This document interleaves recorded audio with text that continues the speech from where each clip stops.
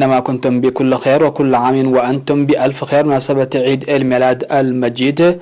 نستهل هذه الفترة هذه النشرة بأبرز العناوين لكن بعد الفاصل.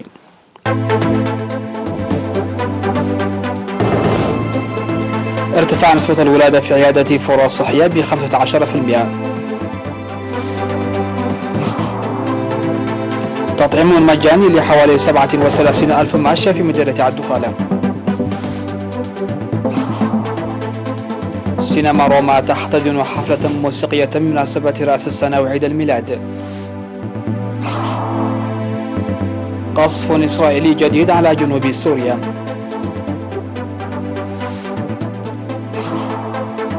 الاستخبارات الأمريكية ترجح تورط روسيا في هجوم إلكتروني. وأوكرانيا تتهم إيران بإرجاع التحقيق حول إسقاط طائرتها. أهلا بكم إلى تفاصيل النشرة. شهد مركز فروع الصحي في عام 2020 ارتفاع بنسبة الولادة فيه مقارنة بالسنوات الماضية بنسبة 15%. وأوضح مسؤول العيادة الممرض مرهوي حدقو أن العيادة تقدم خدمات لسكان ضواحي زولا وأفتا وعيرمالي ومالكا وفروع وحديش. وقد ارتفعت نسبة متابعة الرعاية قبل الولادة في عام 2020 بنسبة 6%. وأردف الممرض مرهوي قائلا بأن ارتفاع المراجعة قبل وبعد الولادة أتت نتيجة لتوظيف الكادر الصحي المختص في الولادة وقيام اللجنة الأهلية لرعاية الأمومة والطفولة بحملات التوعية الفاعلة، وكذلك توقف عملية ترحال الأسر جراء التعليمات الصادرة للوقاية من جائحة كورونا.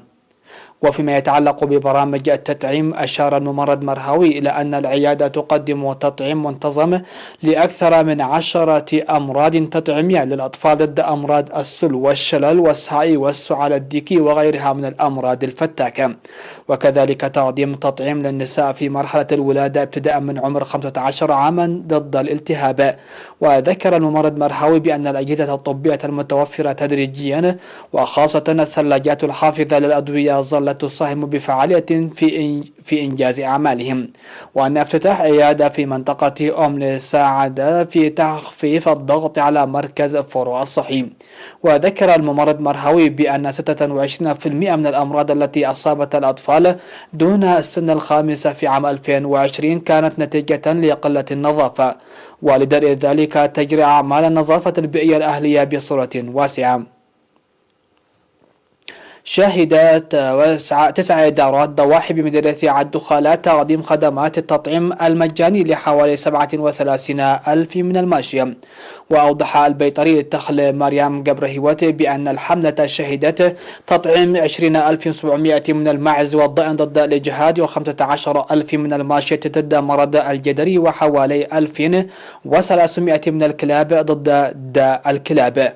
وذكر السيدة تخل مريم بأن تلك الأمراض تنتقل من الحيوان إلى الإنسان عن طريق تناول الألبان غير المبسترة واللحوم غير الناضجة. وقد انتظمت حملة التطعيم المذكورة في المناطق التي ظهرت عليها تلك الأمراض. وأشار السيدة تخل مريم بالدور الفاعل الذي لعبه المزارعون وخاصة أصحاب المواشي في إنجاح الحملة بحرصهم على إحضار ماشيتهم في المكان والزمان المحددين إدراكا منهم لأهمية التطعيم. من جهة أخرى، نظم سكان مناطق عد عشكر وعد شغونو وعد بحالاي وعد مرهو في مدينة مايمنة حملة لصيانة الطرق المؤدية إلى مناطقهم.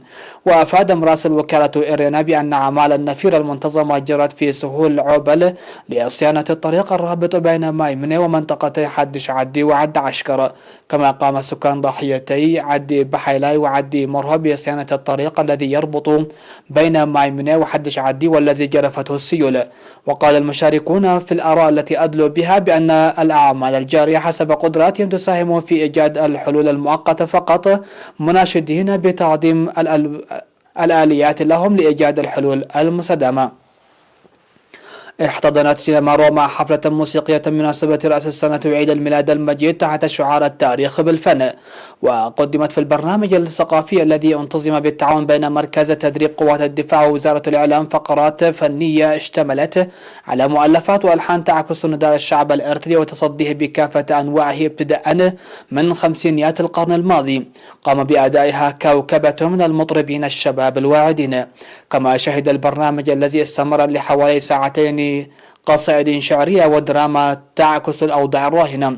وأوضح مخرج الحفلة الموسيقية الرائد محرت أبي كيداني أن الإعداد للبرنامج الاستثنائي المنتظم بالتنسيق بين فرقة المارشات العسكرية الوطنية وفرقة الساوى وغيرها من الجهات المعنية استغرق حوالي 4 أشهر. مشاهدينا فاصل قصير ومن ثم نعود لمتابعة الأنباء على الصعيد العالمي، فتفضلوا بالبقاء معنا.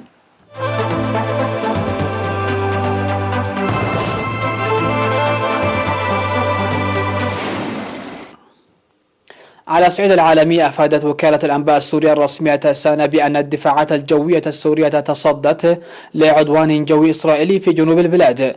ونقل سانا عن مصدر عسكري قوله إنه نفذت إسرائيل عدوانا جويا عبر رشقات من الصواريخ من هضبة الجولان على بعض الأهداف في المنطقة الجنوبية.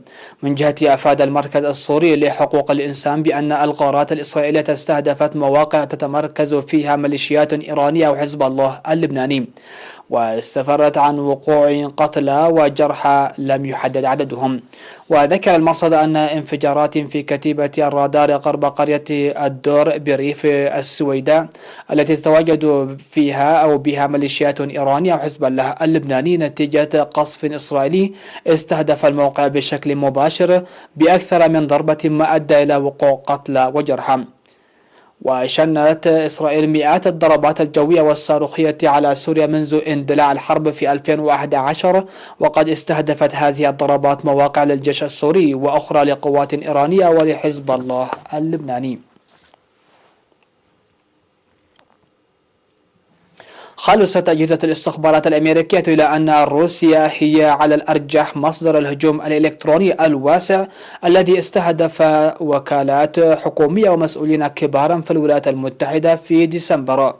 وتتناقض هذه الخلاصة التي توصل إليها مكتب التحقيقات الفيدرالي ووكالة الاستخبارات المركزية ووكالة الأمن القومي والوكالة الأمريكية المسؤولة عن الأمن الإلكتروني وأمن البيئة التحتية، مع موقف الرئيس دونالد ترامب الذي اتهم الصين بأنها وراء عملية القرصنة التي طالت برامج الحكومة الأمريكية وآلاف الشركات الخاصة. وقالت أجهزة الاستخبارات الأربعة في بيان مشترك أن التحقيق خلص إلى أن خصما قد يكون من أصل روسي مسؤول عن معظم عمليات قرصنة الشبكات الحكومية وغير الحكومية التي اكتشفت أخيرا. وبدأ الهجوم في مارس حين استغل المقرصنون عملية تحديث النظام سولار ويندوز للمراقبة الذي طورته شركة في تكساس وتستخدمه عشرات آلاف الشركات والإدارات حول العالم. واستمرت العملية عدة أشهر قبل أن تكتشفها في ديسمبر مجموعة فاير آي للأمن المعلوماتي التي وقعت هي نفسها ضحية هجمات إلكترونية.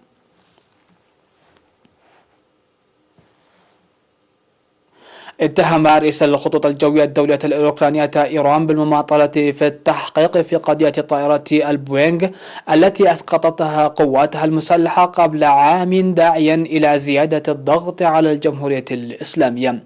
واعترف الجيش الإيراني بأنه أسقط عن طريق الخطأ في فترة تصعيد مع الولايات المتحدة في 8 يناير 2020 الرحلة المتوجهة من طهران إلى كييف بعد وقت قصير من إقلاعها، مما أسفر عن معطل جميع الركاب وأفراد الطاقم وعددهم 176 شخصا بينهم 55 كنديا.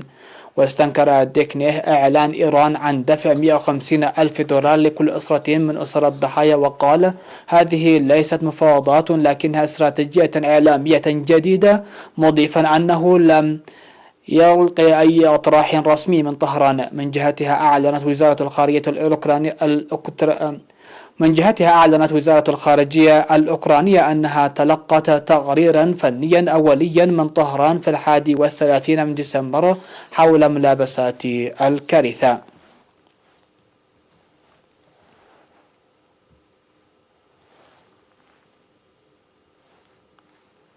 الخبر الأخير في هذه النشرة: شجبت الصين توقيع الرئيس الأمريكي دونالد ترامب على أمر تنفيذي يحظر المعاملات مع 8 تطبيقات برمجية صينية للدفع عبر الهاتف المحمول، مؤكدة أنها ستتخذ التدابير اللازمة لحماية الحقوق المشروعة لشركاتها.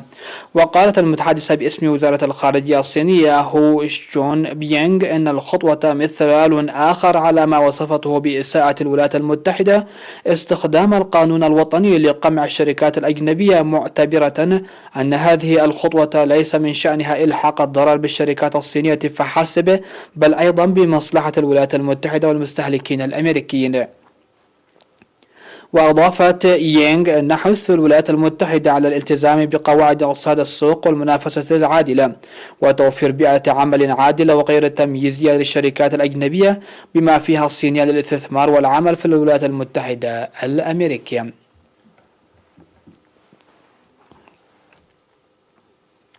هكذا انتهت النشرة مشاهدينا في كل مكان. هذه تحيات الفريق العامل، والسلام عليكم ورحمة الله.